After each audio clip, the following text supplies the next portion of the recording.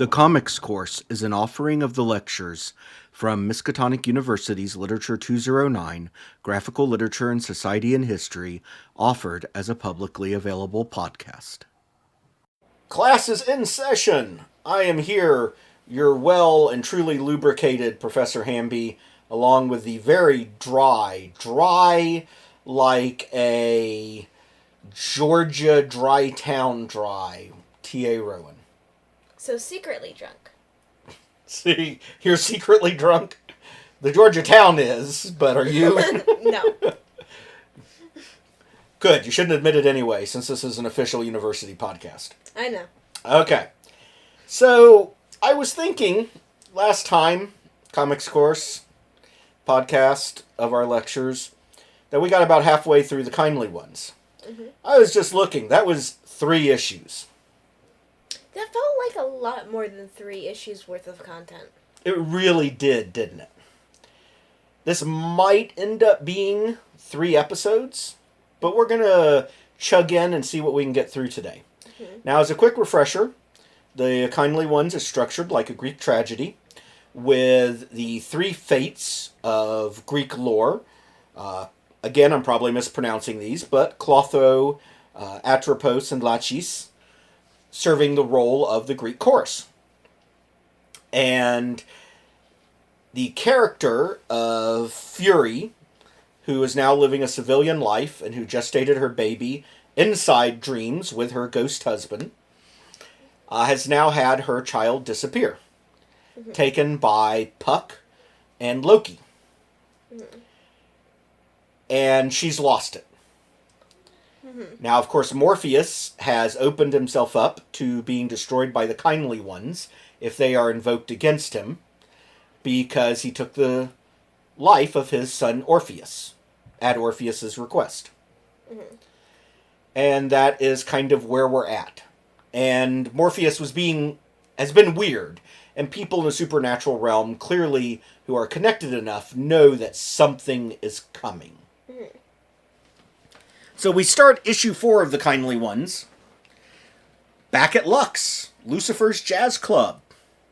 Let's go. Where an angel has come to visit during the day. Because nothing bad ever happens when angels show their head in this series. Right, and this is one of the angels that was assigned to take over hell. And you can tell he's an angel because of the fancy font. Now, I have a funny story to tell you. Neil Gaiman posted this on Twitter a few years ago. And they said somebody was reading Season of Mists and asked him, why did they use such a hard-to-read font? And Neil Gaiman's reply was, it wasn't a font, it was handwriting. And that never even occurred. And that shows you a generational drift right there, that your generation does not even imagine that they're going to be reading handwriting. It's handwriting? I never even considered that the whole time we've been doing these. Right. Everything here is drawn by hand, including the text. That is literally the job, traditionally, of a letterer, is to draw the letters by hand. I've been assuming this is all been text. Nope. And in today's world, frequently there are some comic-style fonts that are used, and sometimes they're typed up and then just tweaked with Photoshop or Illustrator or whatever. But pre-heavy digital age, it was always done by hand. And certainly was here. And still could be sometimes, but not as much these days. But it's one of the reasons that lettering was an actual art. And it's not one that I've paid a lot of attention to in the comics course, but we talk more about the literary side of it here. I wish Professor Hargraves would, who is, you know Hargraves, I don't know if he's your advisor or not, but he's in the art department. And I know that he loves comics as well, and I wish he would do a complimentary course talking about the art, which I'm not as qualified to do. But the history of art styles, how printing technology affected the colors, how lettering worked, I mean, I think it's all really fascinating. And anyway, yes, so this, including the stuff that looks very regular here, is hand drawn. And it looks like a font because that's how good the letterer is. Kind of awesome. Mm-hmm. Yeah, that gives me a new appreciation for the text bubbles. Yeah. They really are, aren't they? Mm-hmm. So this is one of the angels who's now ruling hell who comes to visit. We find Mazikeen, this ancient demoness, on her hands and knees washing the floor. Because she'll do anything for Lucifer. Mm-hmm. And as he approaches, we already knew really it was Remiel because the other one never talks. And Lucifer is having what looks to be a cupcake and a cup of tea or coffee and maybe some strips of bacon. Bacon and cupcakes. I mean, why not? If you're an immortal, do what you want. That sounds like a good lunch to me. I think it's his breakfast. Either way. So Remiel comes up, and he's trying to be all suave, right? And he's dressed in a white suit. The early bird catches the worm, star of morning. The worm that dieth not in this case, eh? Ha ha! How remarkably funny, Remiel. Not actually original, though, of course. And so they have, a moment of interaction. Remiel says that, yeah, he's looking over hell along with Duma, the angel. I'm assuming it's Duma and not Dumas. I'm assuming it's pronounced like the French Duma, where the S is silent. I'm guessing too. The only reason I know this is because of the writer, Alexander Dumas. So, anyway, they continue to have this conversation, and Lucifer sees completely through Remiel. Remiel's like, yeah, everything's great. We're making it redemptive. People love it, and it's just amazing. And Lucifer's like, okay, cool. And so you're not going, oh, if only Lucifer would come back and take this shit pit off our hands and let us return to the ecstasy of the Silver City. Good, I'm glad you're not, fixated on that sort of unproductive thought. Meanwhile, Remiel looks very uncomfortable and is like, have you ever thought about it? To which Lucifer just breaks out laughing and goes, no. Been there, done that. Wore the t-shirt, ate the burger, bought the original cast album, choreographed Legions of the Damned, and orchestrated the screaming. Now, Morningstar, really, be honest. Honesty is a somewhat overrated virtue, Remiel. Honesty, for example, would compel me to admit that I have never liked you even when I was an angel. Didn't like you. Also, I never respected you. Damn! You didn't join the rebellion. Not because you felt I was wrong, but because you were too damn scared. What would you have done had I won? Told me that you'd always supported me ideologically? That you were secretly cheering me on the whole time? Tell me, Remiel, what did you do when the order came for you to spread your wings and reign in hell? Did you whimper? Did you wail? Somehow, I confess, I find myself certain that Dumas was the one that actually took the key. Dumas always struck me as having some backbone. Ooh. Which causes Remiel to lose it and spit on Lucifer. How angelly. Which leaves Lucifer to make a comment about, I never gave up any of my abilities or power. I am the adversary. Which is to say, he could still destroy Remiel with no effort. He's choosing to stay in a nightclub in LA and play jazz piano. He is arguably the second most powerful entity in the universe. Arguably, because there is a scale at which power is connected to identity. And is he more powerful than Destiny? Maybe not. But Destiny's also extremely bound to his rules. And it's really hard to know things without a fight actually breaking out. Well, and that's just it. We're humans. We're aggressive, linear, sword-like thinkers.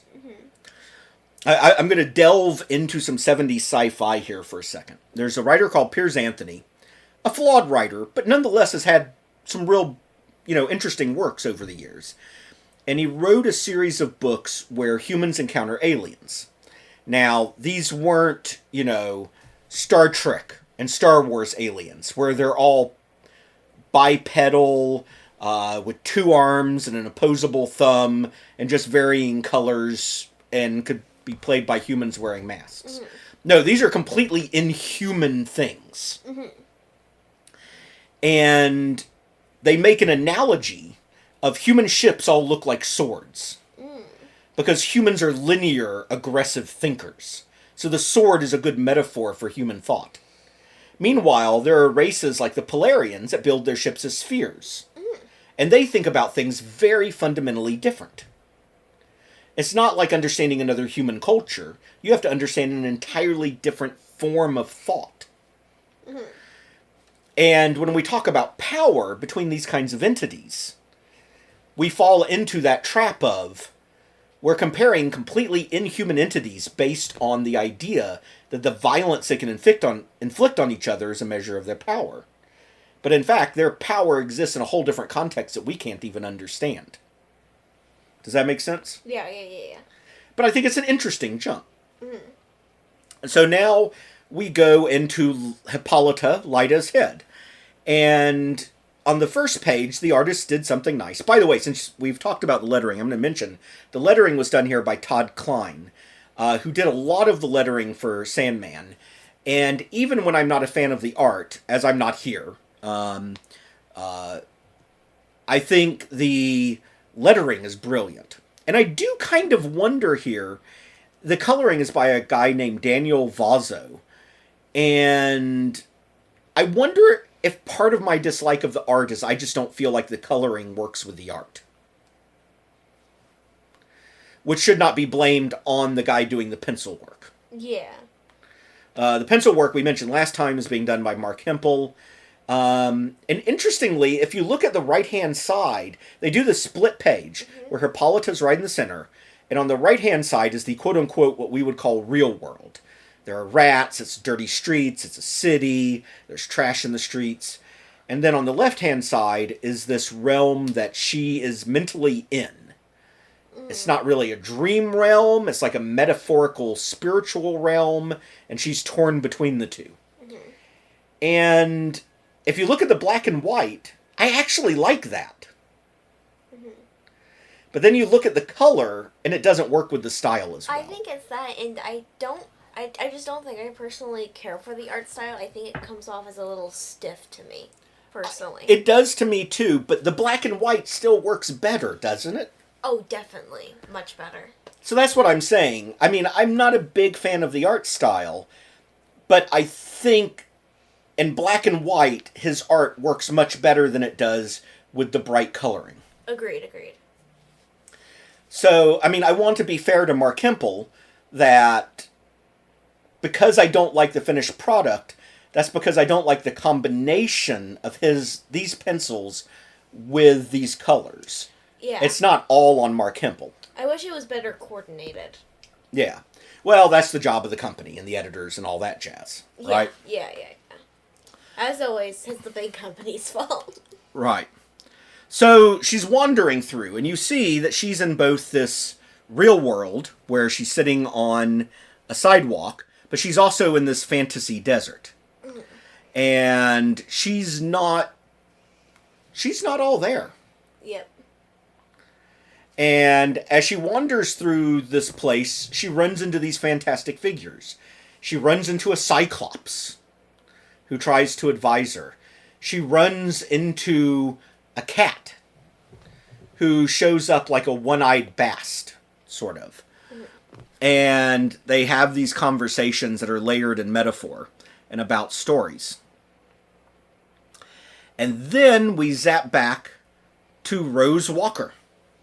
Ooh. Now, we haven't seen Rose in a while, have we? Yeah. We haven't seen her since her arc. Yep. Well, we saw her briefly, at least we've seen her briefly a few times since her arc. Oh. But just in passing. Okay. Nothing major. But here we have Rose, and Rose is in a dream having sex with somebody, and Abel is on top of the wardrobe watching. That's gross. Creepy. Creepy. And then she wakes up.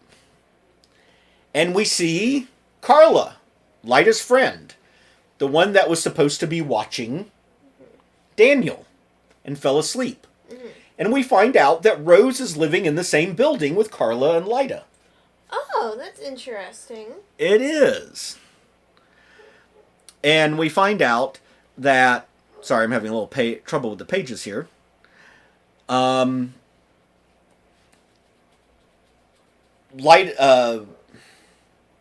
We find out Rose still looks very young. She's in her 20s, but people think she's like 17. Mm-hmm. And they established that was kind of a thing with her back in the first one, too. Mm-hmm. And you see that there's this figure on TV called Vixen LaBitch, who plays up these feminist and man versus women things for humor. Mm. And Rose says she's not a fan. Fair. Now the storyline moves on. Mm. And we see Lyda approaching this building. In this building, she approaches two women. Take a look. Do they look familiar? Oh, it's the, They look like the sisters from Doll's House. Or maybe not sisters. But the two women that live together. Yeah. But they're not. Mm. And she tells them that she's seeking the kind ladies. And one of them says, "Our sister died, but we never took revenge. We knew there'd be trouble one day, her being mortal. It's not as if we never said anything. We still miss her. We still mourn." And they essentially are trying to recruit Lyda to being their new sister. Mm-hmm. Their sister's name was Medusa. And these are Gorgons. And Lyda goes to get an apple from the tree. And there's a three-headed snake in the tree. And she asks, "Who are you? Are you Satan?" And it says, "Not bloody likely. Name of Gurion. And you?" Gurion being the name of Medusa's son in the old tales and in the Greek stories. And she has a conversation with Gurion about the tree of knowledge and the tree of life from the Bible and the metaphor. Which is it literal or metaphor? I mean, she herself right now is living in a realm of mythology. Yeah. That is also real and metaphor for the real world, as real world things are mirroring it. Does this mean she's delusional and misinterpreting things? Well, these things seem to have a consistency beyond her. I mean, there are references to things that she doesn't know about. Mm-hmm. So, if you were reading a fiction novel, you might say, well, she knew them subconsciously. Mm-hmm. And this is all an elaborate delusion on her part. But magic is obviously, or at least events in the fabric of reality exist in this universe that we don't understand. Mm-hmm. So she's not in the dreaming, but she is in some combination of mythology as metaphor and the real world mashed together. Yeah. And the Gorgons want to recruit her. And the snake, Gurion, is warning her that you can sleep in their house and you can eat this food, but it doesn't recommend it. Mm.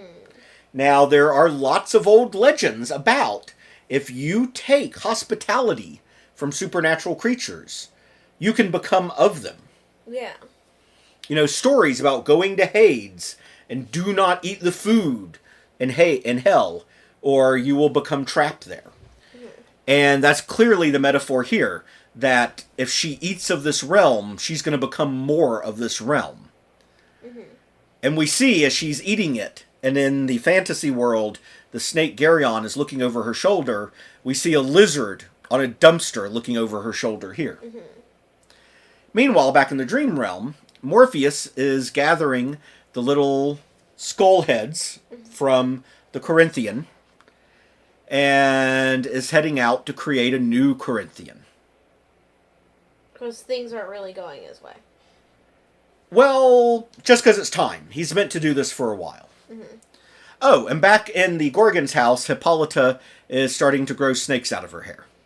That's not a bad sign at all. Well, the snake did warn her, right? Mm-hmm. Meanwhile, we go back to Rose, who heads to the hospital. Or rather, a hospice. Where she takes stuff to see Zelda. Oh, no. Now, I'm not going to go through this in detail. It's a painful scene. Zelda kind of tries to guilt Rose into having sex with her. Zelda is obviously missing companionship and touch. Mm-hmm. And Rose is like, no. Yeah. There's a boundary here. Mm-hmm. And she brings her food and visits her. But we find out that Zelda... And we find this out over time, but I'm going to go ahead and just summarize it. Zelda is dying from AIDS. HIV infection. And it turns out that Chantal was her girlfriend, not her sister. Mm-hmm. And she's already died from it. Aww. Now, lesbian transmission of AIDS was very uncommon, but not unheard of. Yeah. And it turned out that Chantal got it from a transfer in an operation. Oh, no. So she got it, passed away from it, and had communicated it to Zelda, who is now slowly dying from it in this hospice because there's nothing they can do. And keep in mind, this is in the early 90s. In the 30 years since then, our treatments for HIV have become way more effective. Yeah, it's great. At this point, it was pretty much still a death sentence.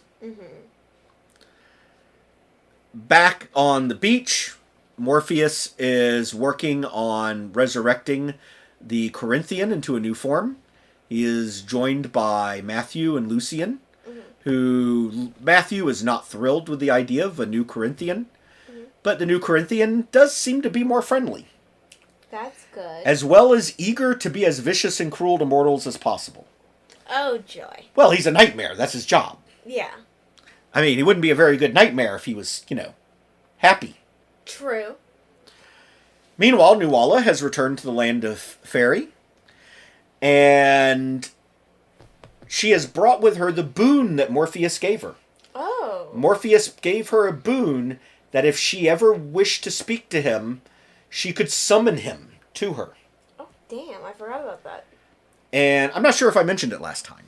Oh, maybe you didn't. So Titania, the Queen of Fairy, speaks to her and says, "So, that's very pretty. That's new, isn't it?" "Yes, milady." "So how was he?" "Who, milady?" "The Lord Shaper, Nuala. In whom else's realm have you spent the last 3 years?" "Oh, he was perfectly tolerable." Tolerable. How, a British motherfucker is writing this when he writes how tolerable, perfectly tolerable. Yeah. That is one of the most British things Neil Gaiman has ever written. Definitely. He gave away his nationality with that sentence. Titania continues. "Did he ever speak of me?" "Of you, my lady?" "Yes, of me." "He might have done, my lady. I really could not say." "No. I was rarely privy to the Lord Shaper's conversations, my lady. He keeps his own counsel." This is called ducking and weaving. Yep. "Did he happen to give you any messages for me?" "Not one, my lady." And so obviously Titania is upset. Yeah. I mean, we know that she and he used to form the two-back monster. At least on some metaphorical level, because they're not human. And she's not happy that the Lord Shaper has been completely uninterested in her. And she even tries to threaten indirectly to take Morpheus's gift away. And Nuala basically tries to walk this thin line, because it's her queen, and say, "It was a gift, it is not mine to give you, milady." Yeah. Which is a technicality and bullshit. But they're fairies. Right, so it's a technicality that's binding. Uh-huh. Even if it pisses the queen off. And it means the queen still wants a connection to Morpheus. I'm telling you, Emo Boy must have game. I don't know how someone this emo and this, like, self-absorbed in his own misery has this many women pining for him. I don't know. But in the real world, I've seen plenty of jackasses who have women pining for them that I don't understand how it happens. So, True. yeah. It happens. It happens. So, Carla's beginning to get a clue. She's gone to the police station to ask about the two fuckwit detectives. Mm-hmm. To be told they don't exist. Because, of course. And she goes back to look at the crumpled photo of the baby that Lyda left on the floor, which then cleans itself up and goes, Carla. And then catches fire. I expect nothing less from a baby that looks like that. I expect nothing less from something left by Loki and Puck. True. So Rose is down in the apartment now, and they're chatting, and Rose is saying, I got a bail to England for a few days. Joy? And Carla says, why? And she says, oh, my grandmother contacted me and said she had something to give me. To which Carla says, I thought you said your grandmother was dead. And she says, oh, she is. What the fuck? To which Rose basically replies, I've had a weird shit life. Fair. So, out in the woods, Hippolyta's running into herself. Herself as 3. The Furies are 3, and she is a Fury. Descended through her mother from Fury blood somehow. Mm-hmm. That part was never fully explained. Mm-hmm. But we see Loki as the police detective again. He now confronts Carla and sets her on fire in her car to kill her. And he yells, I am Loki, Scarlip, Loki Skywalker, Loki Giant's Child, Loki Lie Smith. I am Loki, who is fire and wit and hate. And I will be under an obligation to no one. Now, when we saw Loki back in Season of Mist, he was freed with an obligation. So obviously we're here now meant to believe that Loki has kidnapped Daniel in order to set things in motion to get Morpheus killed. Mm-hmm. And that Loki is the inventor of this scheme. Mm-hmm. At least that's what we're meant to believe at this point. I don't believe it, but we'll talk about that later. Meanwhile, Rose is on the plane to England. She's not having a great time. She runs into a young fellow, Mr. Holdaway. Mm-hmm. She's expecting the older Mr. Holdaway, but it turned out he passed away a year or two ago. And the younger one is a member of the law firm and has been sent to take her. And takes her back to this estate. Where we find out the estate here is where her grandmother, Unity Kincaid, lived out the last period of her life. Mm-hmm. And she says, as an excuse, says she's working on a book about the family history. And she wanted to get some sort of color for where her grandmother lived her life sleeping. Fair. So she wanders around, she goes to look at the room. She even goes to look in the cupboard where the 3 ladies greeted her when she was first there. But of course, it's just an empty cupboard. Uh-huh. And then this older woman comes along and brings her back into this other room where 2 other older ladies are sitting. Although they're of 3 ages. A younger older lady, a normal older lady, and a really ancient older lady. Mm-hmm. The Fates. Yep. And they kind of play a word game with her, because they don't tend to be straightforward. Because why would any ancient, all-powerful beings speak in anything but riddles? But it's another example of how this series of events are bringing the mythical realm and the literal realm together. They're not popping out of cupboards in a vision anymore. Yeah. There are actual women sitting there. Mm-hmm. And they probably are real people with real histories who have reasons for saying what they're saying. Yeah. Even if they're surprised why they're saying it. Mm-hmm. It's because these two realms are merging together during these events, which we've seen incidents of before. I mean, we know that the death of one of the Endless can cause fractures in reality. At least Morpheus. We saw that back in the World's End. Now, one of the Fates tells this story, this folktale that Gaiman made up, and I'm not going to spoil it, but it really is one of dark revenge against a woman who is mistreated and her children mistreated by a man. And the metaphor is pretty clear. Yeah. But it does show off Neil Gaiman's love of creating folktales. Yeah. Or things that feel like folktales. And I'm not going to spoil it for people, because it's pretty good. Mm-hmm. So she ends up leaving, and she experiences that owl in the window again, like she did the first time. Yeah. And she talks to the guy running the place. And he talks to her about how, the 1,000 Acre Woods that inspired Winnie the Pooh and all that happened very close by to here. She could even go and look through the woods if she wants. Mm-hmm. And he says, come down here. There's something I want to show you. And this is an old white guy.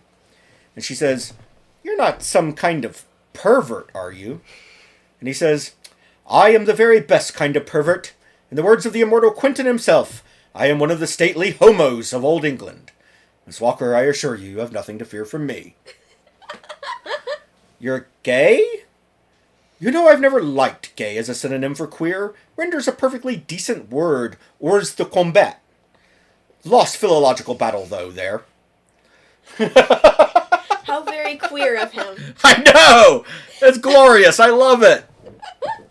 Oh, I love that. So they go down to this room in the basement where a very old man is laying down there. Oh. With a Winnie the Pooh doll. Oh. And he says he was a magician with no talent for magic. They say his father could summon the four winds to attend him, blackmailed princes and prime ministers. Alex told me that old Crowley himself conceded that Alex's father was by far the greater of the two. This is Alex, the young man who was cursed by Morpheus at the end. Yeah. And this is his gay lover who's still watching over him. Oh, yeah, I remember that. I didn't think we were ever going to get, find out what actually, fully happened. He's been sleeping all these decades. Aw, that's mixed feelings. Sleeping in the same building that Unity Kincaid was sleeping in. Yeah, mixed feelings. On one hand, he was an ass, but still kind of sad to see. Yep. And Rose, feeling sorry, takes off her grandmother's ring, the amulet, and places it on the pillow next to him. Interesting.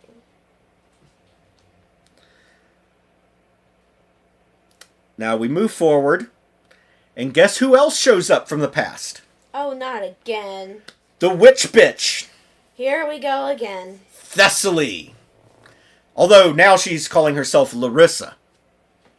Bitch can't even choose a name. I know. And she finds Lyda where these bums are at. And she's like, I'm looking for a woman. There's a motel over there. There's some cheap ones. She's like, I'm looking for a particular one. She's blonde and really strong. And they're like, oh, she's over there. Be careful. She's beating up anybody who's gotten close to her. Remember, she has not given up her supernatural strength or anything. Yeah. She's which a is ticking time bomb. Which is important because this is actually derived from the Furies. This means she still has a connection to the Furies. The thing about the kindly ones is the kindly ones can take down Morpheus, but they have to be invoked by somebody who has cause. Mm-hmm. He's taken family blood, but the Furies must be invoked by somebody whose family he's harmed, which she believes has happened. So her reaching the Furies could enable the end game. Mm-hmm. Now we find Odin. Odin has shown up on Morpheus' doorstep. He's pissed off. He's found out that Morpheus tricked him and let Loki go.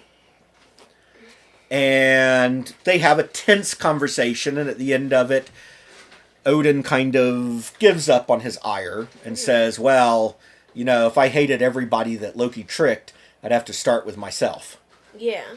And he says, but be careful. You may think you have control of this, but you don't. It's Loki. Mm-hmm. And this is, I think, an important line. Because I think Odin knows something that the reader doesn't, and Gaiman is trying to clue them in here. Mm-hmm. So we will come back to this later. Meanwhile, here's Delirium. And Delirium is wandering around, trying to find her dog. Her dog has gone missing. Because she's Delirium. Because she's Delirium. And notice, in Destiny's Garden, what's happened to Morpheus. Morpheus' statue has his face in his hands now. Yeah, that's weird. I mean, this is following up on the events of him killing Morpheus. Oh, true. Remember, we've had several storylines in between, which make it seem like it was a long time ago. But these storylines were taking place with other characters on the side. For the Morpheus and them, this is immediately following his murder of Orpheus. Meanwhile, we see Thessaly, or Larissa, she's calling herself now, has taken Lyda home. And remember when I said there were lots of trigger warnings? Yeah. Yeah, we're about to hit another one. Oh no. As Thessaly takes a black lamb and an infant black lamb, and slaughters it to use its blood in a ritual. I still really don't like her. No one does. But she's apparently pissed at how things ended with Morpheus. Shocker. And she draws a magic circle around Lyda that prevents anybody, including Morpheus, from doing anything to her. So, the most expedient thing would be for Morpheus to show up and kill Lyda. Mm-hmm. Which he's allowed to do because she's threatening him. But with the circle there, he can't. Mm-hmm. Meanwhile, all these other events are happening, and Morpheus has given a job to Matthew and the New Corinthian to go find Daniel and bring him back to Morpheus in the dreaming. Daniel. It all comes back around to the kid. Right. And the kid, who, let's remember, was last seen with a phoenix feather. Mm-hmm. And what is a phoenix representative of? Returning back from the dead. Rebirth, right? And he was in a fire, which ritualistically represents being cleansed of things. Oh, no. And can represent being made into the entity of spirit, like a funeral pyre. Mm-hmm. But the spirit continuing to move on. Meanwhile, Lyda has now actually met the Furies, and the Furies say, well, he has to have a blood debt for us to go after him. We can't just go after him because you're mad. Mm-hmm. But if he'd killed his own son, it would be different. And she says, I'm sorry, I wasted your time. And she turns away, anguished. But they stop her and say, he did kill his own son. Mm. We can't attack him because of Daniel, but we can because of Orpheus. Yeah. And if you're invoking us, we can do it. So, in a way, the Desire's plot against Morpheus has come full circle. Mm-hmm. While the actual events she set in motion to destroy Morpheus, with Unity and Rose Kincaid, weren't productive, they did set in motion everything else that has happened. Mm-hmm. Including, because he was gone so long, what happened with Brood and Glob, which led to the events with Lyda. Mm-hmm. And, frankly, kind of the change in his personality to where he was willing, as an act of mercy, to kill his son. Yeah. Which before he was not merciful enough to do. Mm-hmm. Now, at the beginning of this story, I really like this. We get to see a little bit of what Morpheus's daily obligations are like. Mm-hmm. What his job as the Lord of the Dreaming is. Because we actually don't get to see much of that. No. So I'm going to read some of this. On Monday, the King of Dreams gave an audience to 5 small children who had traveled a long way, seeking their lost mother. He met them in a hall filled with scarecrows who whispered among themselves in the voices of the stars of the silent screen. Dancing salamanders brought the children silver plates piled with exotic ice creams of various flavors and with fruits they had never seen before and would never see again, although they would dream of them on rare occasions until they died. Gravely, the Lord of Dreams listened to each child, plead and beg, and then at the end he drew a door in the air with his finger, and the children walked through it into the rest of their story. And on Monday, he arbitrated a dispute between the Knight of Clouds and the Body Politic. He awarded the Magic Lantern Show to the Knight of Clouds, although he permitted the Body Politic to retain custody of the 6 screaming stones in the snows of yesterday.